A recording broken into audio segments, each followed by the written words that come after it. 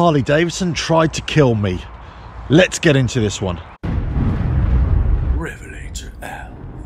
Hello, welcome to RevelatorAlf. I hope you're all well. So this video is all about, yes, the heroic Harley, or possibly any other Harley that's trying to kill me. Now, bear with me on this one.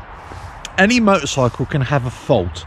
Any motorcycle can have a problem from time to time. But what I've noticed over the last sort of 2 or 3 years doing Harley Davidson content, that I do get lots of emails from all around the world from Harley Davidson owners who have specific issues with their motorcycle. And if you take it to its logical conclusion, the worst case scenario is that they could have a nasty accident. So let's discuss. Now, this could be anything from improper belt tension, or working on the engine, or the wheels haven't actually been put on right, they haven't been set right, so the alignment isn't right, bolts haven't been done up properly. This could be, sometimes it's just a mechanical fault or a failing of a component. There's individual cases, however, there aren't consistent cases. There aren't cases that you can say, right, that bike needs to be recalled, that bike is a danger. They are individual cases, however, they do exist. Now, of course, you could say this about any motorcycle. Of course you could, any motorcycle brand. But one of the issues that some Harley Davidson owners have faced is actually how they're dealing, or how they're treated by the dealerships, and also then in turn by the motor company, in actually dealing with their complaints or dealing with their issues, accepting responsibility, accepting liability, let's say. Now, I know these are all very strong words and inflammatory words, but put yourself in the position of somebody who's had a real problem with their bike, whether it's a mechanical issue, whether it's an electrical issue that's caused a fire, that kind of thing, whether something has failed once they're riding, that kind of thing. Put yourself in that position, and your bike should not be failing. There should not be anything going wrong with that bike, especially for a relatively new bike, and one that's still even under warranty. Then you have that bike recovered back to a dealership, let's say, and then all of a sudden they say, no, it's not our responsibility, we're not taking, we're not owning up to this, it's nothing to do with us. Or you really have to fight your case. So not only have you just had a really scary time on your Harley Davidson, because basically it's just tried to kill you because something is broken, but also then you're faced with the challenge of trying to get it repaired and have somebody else pay for it. Now, I'm not talking about any rider induced problem with the bike. Let's say you crash your bike for whatever reason, whether it was your fault or whether it was a driver's fault, whether it was the weather conditions, that kind of thing. I'm not talking about that at all, because there is where some people, many riders, start getting into the blame game. Oh, the bike wasn't very good in the wet, or it wasn't very good under braking, and all that kind of stuff. So there's lots of issues that many riders have with Harley Davidsons, especially if they're new to Harleys and they're not quite used to riding them. Historical issues like poor performing brakes. You come off a sports bike, let's say, and then you go onto a Harley, totally different riding style, of course, and all that kind of stuff, and then you think, oh, where are the brakes? We've had suspension issues on the Softails. The Tourers are notoriously renowned, let's say, for having poor suspension, I would say. It doesn't necessarily mean it's dangerous, but poor for what it is. So some riders have a real difficulty with that, dealing with emergency situations, and then dealing with braking and suspension and handling that they're not used to.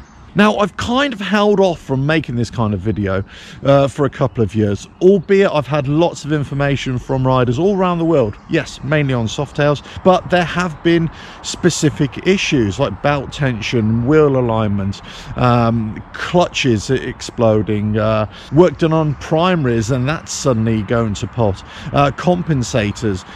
Lots of things have happened on bikes over the last sort of 2 or 3 years with the M8 engines, but not specifically, because we can talk about Harley Davidsons from yesteryear as well. And indeed, I do get emails from people who say, yeah, I've had this bike for 10 years, 20 years, let's say, and it always had this problem. And, you know, it wasn't until the dealership owned up to it and fixed it that it was all sorted out.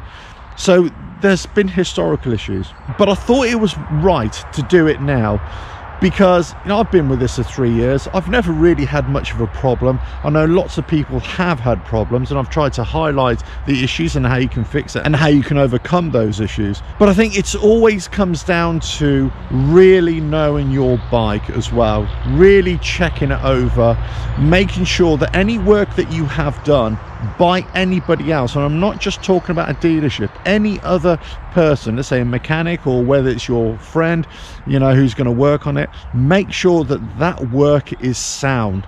Make sure that you've overlooked that work, and also on that first ride, make sure that you're happy with it as well, and the second ride and the third ride. It's very rare for components just to fail, but you kind of got to look at sounds, and you got to kind of look at wear patterns and that kind of thing, oil consumption, let's say, and just the way the bike feels. If it feels weird when you're riding it, then maybe take a break from riding it and try and get it checked out. And that's kind of the early diagnosis, that early indication. If you're new to Harley Davidsons, they do ride differently, yes, from other motorcycles, and because they're cruisers, the weight is different. They are big, heavy bikes for some, in some cases. So you know, it could be a case that you just really need to ease yourself into that riding. But when you're riding a bike and you have a bad situation, and you know, hand on heart, it isn't your fault, it's a problem with the bike.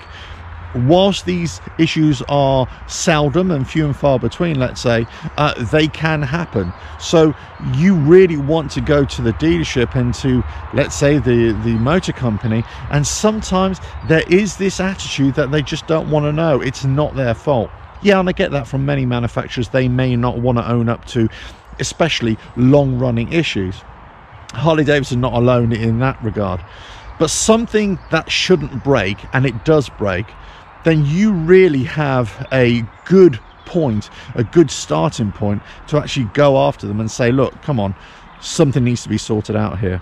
Especially if it nearly costs you your life, and that is a scary proposition for anybody. Now, all I can say from my bike, what I would say is this, that there's been a couple of times where I've been riding it and I've thought, right, let me just ease off here because the conditions are not quite favorable. And I've noticed under braking, sometimes it wasn't as crisp as it could have been. Sometimes I felt the wheels slip out a little bit, or the tires slip from beneath me. Sometimes I've had to really get that suspension reset because it wasn't quite right. I was bouncing all over the road. So, you know, having your bike set up and seeing how it rides is a big factor here. Now, as with any bike, having it set up for you, having your distances all sorted out for your handlebars and your foot pegs and the way your seat feels comfortable to you, all these things play into a safer ride, of course. But that is kind of a side issue.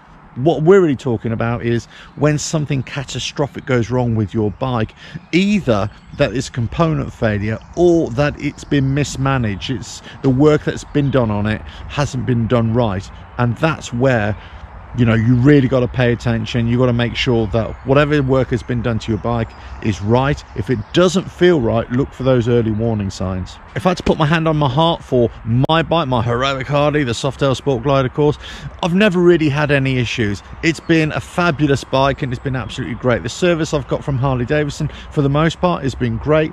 I've had issues, they've dealt with it, never really a problem. But I suppose I'm always tinkering with it, I'm always checking over it, and yes, that's a lot of the content that I produce for the channel as well has been historically about that. But all I could say is that yes, I do hear about these issues from all over the world, and sometimes they are dangerous scenarios, and also the attitude from the dealerships and also from the company, motor company, isn't great in dealing with it as well. So always be aware of that. But if you pay attention to your bike, how it's riding, all the small little details, that probably be the best way to fend off any potential issue. And this is not just for Harley Davidsons, this is any bike, of course. Right, and with that, I'm going to get back on the road and carry on riding through the forest, because it's lovely and it's beautiful. Don't forget to subscribe, hit that bell, like and share. Check out the website, RevelatorAlf.com, and I'll catch you again. Ta-da!